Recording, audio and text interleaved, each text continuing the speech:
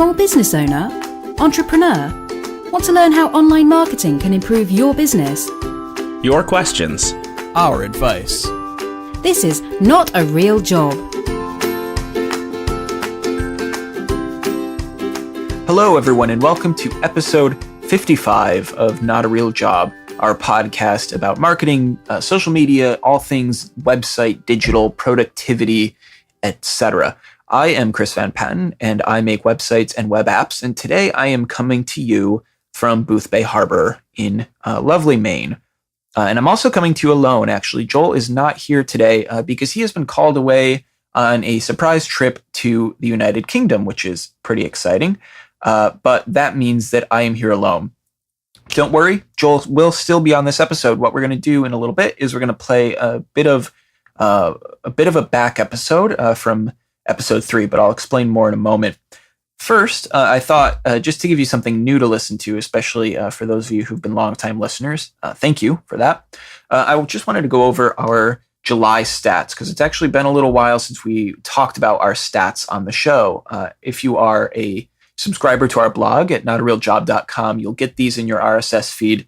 Every month we do a sort of monthly review where we share some stats, some budget numbers, and different things like that, just sort of explaining how much we're spending on the show, who's listening, etc.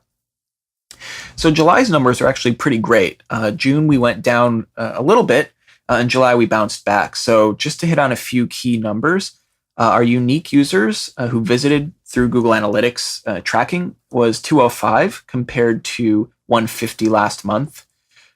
We had 487 page views compared to 450 last month. So that's exciting that we've got more people, although they're looking at fewer pages. The average duration was 2 minutes, which is just about the same as last month. Our bounce rate is holding steady. It's pretty much everything that you would expect there. The most listened episodes were our last 4 episodes that we published in July. So all pretty standard stuff. Very exciting, though, is that our download numbers have gone up. Thank you. We had 1,093 downloads last month, and that is a number provided to us by Blueberry, Blubrry. And this month, we had 1,494, so that's really exciting. And also exciting is that our unique downloads have gone up as well. So we had 814 uniques last month, and this month we had 1,110. And I guess when I say this month, I mean July, last month. So that's really awesome. Also, our RSS, wow, say that 5 times fast. RSS subscribers have also increased from 486 to 520. Those stats come to us from FeedPress. And this month we peaked at 563 subscribers, which is a little lower than last month when we peaked at 649. But it's really nice to see sort of that things are steadying out. June was kind of all over the map, and July was a lot steadier. This month we didn't send any emails. Still only at 6 subscribers. We're going to work on that over the next couple months, really building out the email component of the show. Our budget was pretty much steady. So all in all, everything is really trending in a good direction for Not a Real Job. June was actually kind of, as a personal note, made me a little nervous to see the numbers kind of all over the map and end on a down note. We're going from almost 700 subscribers down to 486 at the end of the month, but I'm really happy to see that's increasing, and the charts are a lot steadier for this month, which is really nice. All right, so before we go on, I just want to introduce the next segment. This is from episode 3 of the show, so if you've already listened to episode 3, skip to the end of the podcast for some announcements and show notes and things. We've got some cool stuff to talk about, or I do rather. And if not, basically what's going on in this episode, in this segment from episode 3, is that we're just kind of talking about actually building out a marketing plan, the actual bones of and the mechanics of doing that. In episode 2, we talked a little bit about a client that Joel was working with on the side, and in just sort of the theory behind how he wanted to approach this client. And in this episode, we talk about some of the actual implementation details and pieces of software, how you can work with a team on this stuff. It's, I think, a really good episode, and especially great because all those older episodes haven't really gotten the same listen rates that the newer ones do. So I think this is a great opportunity to share this, and I think you will enjoy it. So without further ado, episode 3.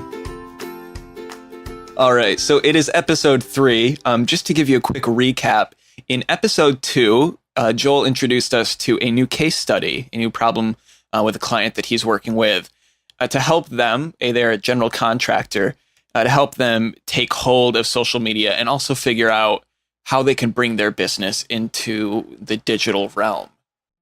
Yeah, so I mean, to give you kind of the highlights of what we talked about, understanding that you've likely listened to the episode, but basically we're dealing with focus. That's our first issue. Is he has limited time because he's a small business, as I'm sure you all understand. As small business owners, entrepreneurs, you don't have a lot of time outside of what you consider to be your real actual job. So he's dealing with the same thing. So we're talking about focus and we're talking about goals. So what we narrowed down in our conversation and in the last episode was what his unique selling proposition is, which is, of course, that he comes up with creative solutions to renovations. So it's not just about building a house and, redoing a roof, but it's solving problems, being creative, and coming up with awesome, fun solutions, custom furniture, custom designs, things like that. And also on the focus end of the technical side, we're just going to worry about his website and his Facebook page right now and getting great photos out there and kind of telling a story, and all the other pieces can come later. Yeah, it's just to sort of reiterate, it's so easy to get distracted. I think I said exactly this last week. Be distracted by all the tools and not being exactly sure where you should be focusing your energy. So just sort of cutting back and saying, I'm going to focus on this and this right now, because then when you have more time or you can afford to hire an agency or a freelancer to help you out, it's going to be that much easier because you're going to already have stuff started and you're going to know where to put your energy. And another thing too is that if you put your energy, in too many places at once, you can drown so quickly, and you might be putting your energy in the wrong places. Like if you were to have a Twitter and a Facebook and an Instagram and a Pinterest, maybe it turns out that Twitter wasn't really working, but you weren't able to invest so fully, so you don't really get that perspective, or you can't really say for sure. I think unless you're devoting a lot of energy into a platform, if that makes sense. Yeah, absolutely. I think part of that is if you're doing everything at once, it's going to be very hard to tell which is the piece that's working. It's that very old quote about advertising is, only 50% of advertising is effective. The problem is we don't know which 50%. So with your marketing here, by doing things slowly and doing one thing at a time, you'll be much, much more able to figure out what's working and what isn't and go from there. And once you've got some things under control, then you can start adding on more things. You won't be nearly as burnt out, and your data, your hard numbers are going to be much easier to parse through, because you'll be able to say, well, things are either coming from Facebook or either coming from the website, as opposed to 10 different social media channels and not really being sure where referrals are coming from and all that stuff like that. Exactly. So after we what we can talk about this episode, along with perhaps another a few things, after we got to the point where we're going to work on the website and his Facebook page, we went through the different types of things he can be talking about. And what I really advocate for all my clients is having several different topics that you can refer to. So when you do get a few minutes to sit down and write some content, that you've got a variety of kind of directions you can go. So it keeps the ideas fresh. So for him, we're going to focus a lot on photography, of course, because he's designing cool stuff. You want people to be able to see that cool stuff. So before and after photos. So custom furniture, or, being able to turn a theme that someone saw on Pinterest into a new bathroom renovation. And as well, a few things like I asked him, he's been doing this for 10 years and he's gotten more and more into the side of the creative solutions. Like how did he get into that? Like, where does he find his inspiration? Who does he look up to find, cool ideas? That stuff that, regular people find fascinating. I mean, he was saying like, oh, no one wants to see, that we had to dig a hole for, this thing to work. I was like, that's really fascinating. People are hiring you because they don't know how to do this stuff. So, the what might be mundane to you as a business owner, like the stuff that's just part of your job, could be very, very fascinating to your customers and potential customers because they wouldn't be hiring you if they knew everything about it. And as well, other people in your industry. Like I think last week we talked about the idea that he's sort of building toward becoming a sort of a global expert and being someone that people will Skype in to consult on projects and things like that. So not even just for potential customers, showing that kind of those images and talking about your work, but I think it's also useful for others, for other contractors and other people or whatever business you're in, establishing yourself as an expert, because then maybe down the line, someone, who saw your work and respected it and also works in your industry, maybe they can't take on a client or they can't take on a project, or they're, it's looking for something specific that they saw in that blog post that you posted pictures and how to do that exact thing.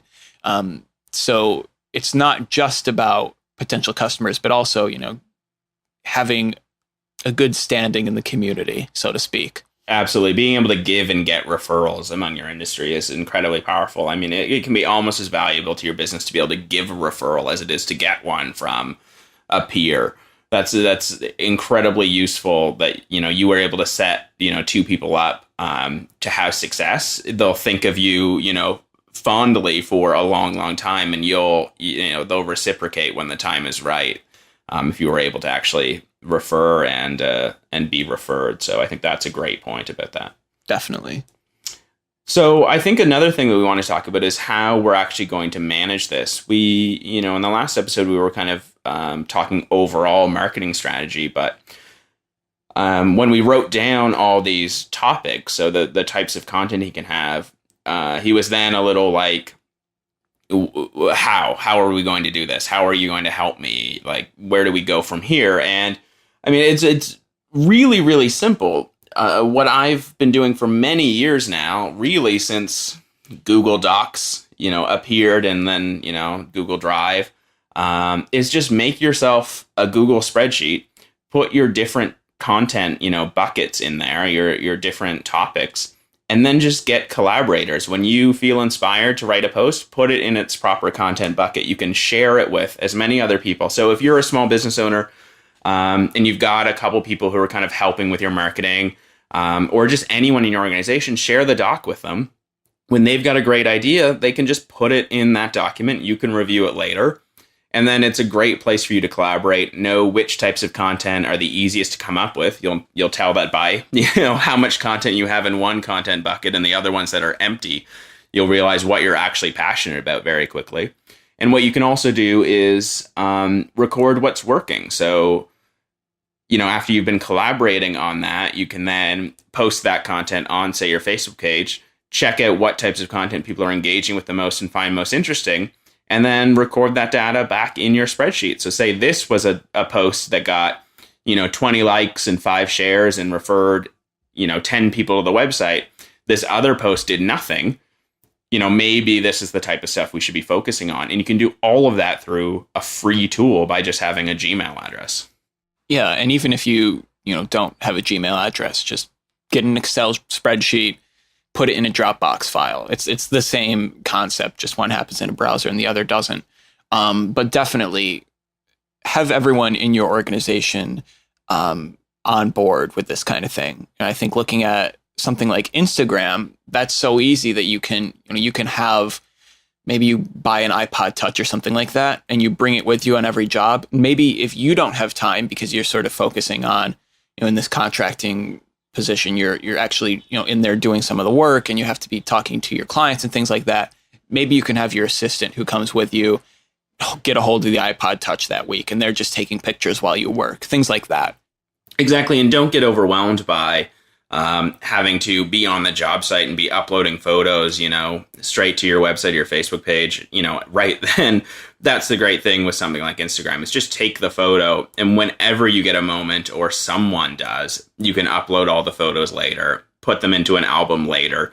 You're able to do all of the stuff whenever you get a moment. There's very little of your online marketing you're going to have to be present for, at all times or specific times. There's a lot of stuff you can do whenever you get a chance. Now, of course, I think Chris will agree with me here. It's vitally important that you make that time. You know, this is something you do have to put effort into. If you're not going to be paying for a big PR agency and a big, marketing agency and, to have consultants on the call all the time, that means you're going to have to be doing a fair bit of work, but nothing that should overwhelm you too much, because we're going to focus. You're going to do exactly how much you can do and exactly how much you're passionate for, and then build from there. Yeah. And if you are getting overwhelmed, then maybe it's time to sort of step back and say, figure out what is overwhelming you. Is it preparing the blog posts? Is it actually, getting those pictures uploaded, and figure out a way, either one, figure out if it's still worth doing. And if it is, if it's getting results and even when you do have the time to do it, then maybe it's worth, stepping back and saying, how can I do this in a smarter way? Or how can I do something similar? Or how can I delegate this? Ask those questions if you are getting overwhelmed.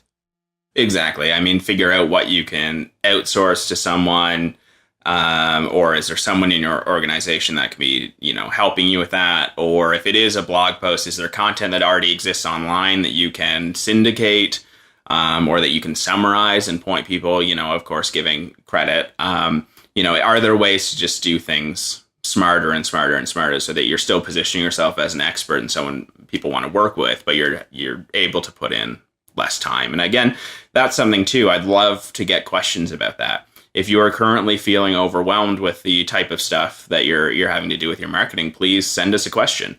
questions@notarealjob.com, and we'll help you out. Yeah, for sure. Geez, I had a thought and I just lost it. This is a disaster. It's all falling apart. Oh, I remember what I was going to say. No, I don't. Oh, well. Well, I'll just talk about something else then. Sure. So what we're going to be doing with that is we'll check in again next week after we've had a few more conversations. But I think the next step that we're doing right now is we're going to set up that page. We're going to set up the Google spreadsheet. We're going to get the cover photo, and the profile image set up for the Facebook page. And then what I do recommend you do as well is we're going to keep that page unpublished for a bit. We're not going to go live to the world with this Facebook page with nothing on it. We're going to have a few posts on there. We're going to, have some photos, some, links back to the website, make it a lively thing, and then we'll publish it and, get all your friends, invite all your friends to like the page. Of course, all the ones who won't mind, and then kind of build it from there. I think what's really important with, especially online marketing, is showing evidence of momentum, even if there isn't any, before you kind of go live to the world. Make it obvious that people already care. We're herd animals. There's a book called Herd that I do recommend reading by Mark Earls that's about this, that people really like to follow what people are already following. So people are more likely to click like on your page if they see that their friend already has. People are more likely to, like a post or share something if they see someone they know has already expressed interest in it. So that's something I recommend as well, that, get your friends to help you out, get them to click like, get them to share it with their friends. And then, that momentum will build far faster than it would if you're kind of relying on the goodness of strangers to care before anybody else does. Definitely. And I think that's something that, we won't get into Facebook ads in too much depth right now, but that's something that Facebook has sort of taken advantage of, that herd mentality. So I've found that the most successful Facebook ads are the ones that, show your friend liked this page, you should like it too. And then they, throw that ad in your news feed. So even, for once you get into advertising, it's so important, to have people that liking that, because then that's going to start to build that network around your page. And I do remember what I was going to say before. And what I was going to say before is that persistence is key in a social media project like this, especially if you're doing it yourself, because it's so easy to get distracted and forget about your social media, or to, in your first couple of weeks or your first couple of months, to not really see all the results that you're hoping, and sort of say, well, this isn't worth my time. I should, go make that phone call or do such and such. But social media is it's a slow build. It takes so long to get to a point where it's working. And when it is working, it's fantastic, but you have to be persistent and be able to, work through this isn't working and work through all those thoughts. Absolutely. And I think part of that, though, is figuring out how you're going to be measuring whether it's working or not. Like, actually have an idea in your head of what you want to have happen. Again, this ties back to our first episode. We're going to do a whole episode about this idea at some point, but maybe paying attention less to those vanity metrics and paying attention to something that's more, involved in the real world, like whether people are going to your website or whether people are actually engaging with content or whether people are actually reading your newsletter versus just the numbers that make you feel good. Like, my newsletter goes out to 10,000 people and it doesn't matter what, if only 2 of them read it. Focus more on the stuff that's actually useful and then pay attention to that. Give it some time, of course. That persistence is still vital, but you should at least have the metrics in mind that are going to tell you whether it was worthwhile or not. I actually had a conversation with someone who couldn't decide whether his Twitter account was actually worth having. And then he said later, sure, a bunch of reporters have, called him to talk about his business because they saw his Twitter account, but he still couldn't figure out whether it was worth having. And of course I said, well, that sounds like a pretty good measure of success. If you're getting media hits and, people talking about your business all for the price of, making a few posts on Twitter a day. So, yeah, because it's so, to say, well, I have 1,000 likes or I have, 500 followers or whatever. But what does that get me? If that's what you're focusing on, if what you're focusing on is, the numbers, those vanity metrics again, you're going to be less inspired to work. But if you say, if you rephrase that or refocus your attention and are saying, well, how many leads are emailing me because they, got referred to the website, or how many people are actually engaging and reading, what's my open rate on my email chain? That if you actually pay attention to those metrics as opposed to the vanity metrics, you're going to be much more inspired to work because you actually have a way of measuring in real life how things are working or not working, as opposed to just saying, well, I got 5 likes on this week, but I don't get it. What does that actually mean? That doesn't actually get me customers. So focus on, figure out how you can measure how you're getting customers or how you're getting attention in a more concrete, usable way. Yeah, exactly. You should have some idea, even if things aren't taking off quite yet, you should have some idea whether they're likely to fairly early. If, literally nothing has happened, maybe, it's time to adjust the strategy. But if things are building, albeit slowly, then at least you can have some idea of when things are going to start taking off more. And then you can kind of pay attention more to that. Yeah, and it's easier then to start to figure out ways that you can enhance what you're doing or bring in help to improve what you're doing. But it's hard to do that unless you actually have things happening, sort of fake it till you make it. And then you'll be on the right track. And welcome back to 2014 land here on episode 55. Thanks so much for listening, as always, to Not a Real Job. I hope that this wasn't a terrible way to fill a week without Joel. But if you have ideas on what you'd like to hear next time that one of us is out of town, please let us know.